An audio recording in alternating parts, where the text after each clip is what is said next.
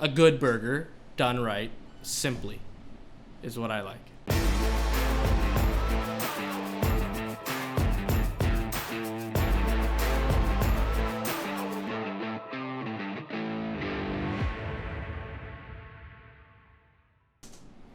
All right, guys, we're in our second intro here, and I got Kyle Christie from Unmanned, and Philippe is gone, I think, doing his own thing right now, so he's filming and shooting something else, but he's going to join me, and we're going to talk about some burgers and what makes a good burger, what we can do to improve burgers, and maybe start a conversation towards burgers.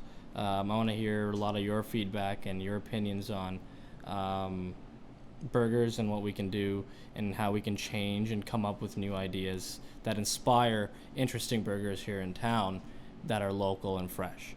So let's do that. Let's start a conversation here about burgers, and let's get at her. So to start things off, why do you think burgers are such like a staple food in our country and in Western culture? Like, what is it about it that we love? It's easy, man. It's a quick and easy meal, right? Like, it's a sandwich. That's what a burger is. It's just a glorified sandwich. So You might cause some controversy with that one. Oh, 100%. 100%, I will. It's like is a hot dog a sandwich? Is a hot dog a sandwich or whatever? No. Hot dog, I don't know what the hell a hot dog is. Hot dog is just meat between two pieces of bread. But Isn't that what a sandwich is? I mean, yeah. It's a horizontal meat between two pieces of bread. Yeah. And the other one's stacked high. That's it. So anyways, where did this whole burger craze start? Like, do you know? So I think what happened, to be honest with you, like, this is what I got to know. So during like the Great Depression, two things happened, okay? American cheese was created in like 1910. Okay, it happened around that time, and then this craze started to build. I don't know where that happened, but once people started putting American cheese or cheddar cheese or anything on the burger, on a plain burger, it went nuts. Like, it blew up through America. Like, chains started creating, companies were made. There was a whole era of fast food, like, just because of the cheese. Right. And I mean, I feel like the ingredients haven't really changed since then, but I mean, there's a huge divide between a good burger and bad burger. Like, how do you tell that divide? Where does that... Frozen meat. You can tell frozen meat. Really, yeah. From, like, night and day. Like, you know when you go to... You remember when you were a kid? And I don't know if you've ever had it, but, like, my dad used to take me to a place in Toronto by the airport. It's called Lick's Burgers. Okay. I don't know if it's still around or if it's still pumping out burgers, but I remember it like night and day. Like, I can walk in the door, and it was this weird kind of like McDonald's-y retro vibe, but it wasn't McDonald's. It was called Lick's. It was big Licks. They sold huge company. Like, they sold at one point they sold like frozen burgers to every grocery chain throughout Canada, right? So it was pretty cool to go there when I was a kid. And I had their burger. It was nice big burger, but you could tell it was frozen. There was no you could buy the grocery store burger and go to their location and it would taste the same. Right? Whereas, you know, you go to Apollo, they're a good burger. They're a really good burger because they're fresh. They grind their meat fresh daily, you know. It's a different mouthfeel. It's a completely different mouthfeel, a fresh burger. It melts, you know, a fresh burger. You can taste a fresh burger. Humans should know the difference from a fresh and a frozen patty, just from the fact that when you barbecue and you go to the grocery store and you pick up like a box of frozen burgers pucks and you throw it on the grill, you can taste it. Right. Right. Why is like, or what is freezing actually doing to the meat, and why is like fresh meat safer than what it is? You every time you freeze something, Yeah. anything, you you you change the chemical structure of the item. So if I were to freeze anything from like a potato to now I've never froze a potato, but I wouldn't. I don't think I would ever. I would do it if I diced it and cut it. But if you freeze a potato, you can taste the potato like a fresh potato from a frozen potato. The starches and the water changes. The molecular structure changes so much. Like if you took beef, you take lamb, you take any animal, and you freeze it, as opposed to taking it and grinding it from the minute you kill it. It's a whole different process. Like it's a whole different flavor profile. That's why like when you get a steak from a butcher, who doesn't order it frozen, who gets it from like an actual farm, it's beautiful. Like it's as fresh as it can be. It's just refrigerated, probably killed like 3 days ago, 2 days ago, refrigerated, brought over. The taste of the frickin' steak is so juicy because it's fresh. You can taste the earth from the meat. So why then do we, need condiments and toppings? Even if you have the best meat in the world, why do I feel like I need these condiments on my burger? Well, so condiments were created to add a flavor profile, right?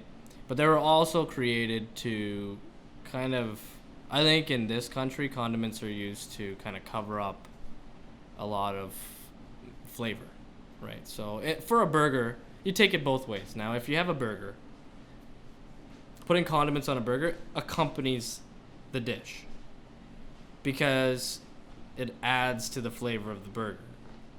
But take a steak, and putting ketchup on a steak or HP sauce on a steak is not something it takes away from the animal, right? Because meat is beautiful on its own, right? So it depends on how you cook it. Right. I mean, like, what? Okay, so say I had a, AAA prime whatever steak, and I grind it up into a burger. Like, why does that taste different? Like, is there something that's happening in the grinding process that's like? Yeah. In a way, yes. It's science, man. Like it's hard to explain these things, but when you're structural, you're taking something that was whole, right? And then you're mixing it and you're breaking it down, and through friction you're kind of cooking it as well.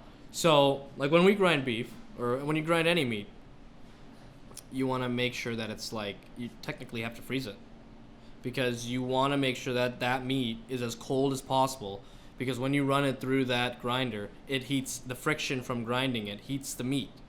So if it's not cold, you're technically gonna bring it to room temperature faster than you think, and you'll cause a giant issue.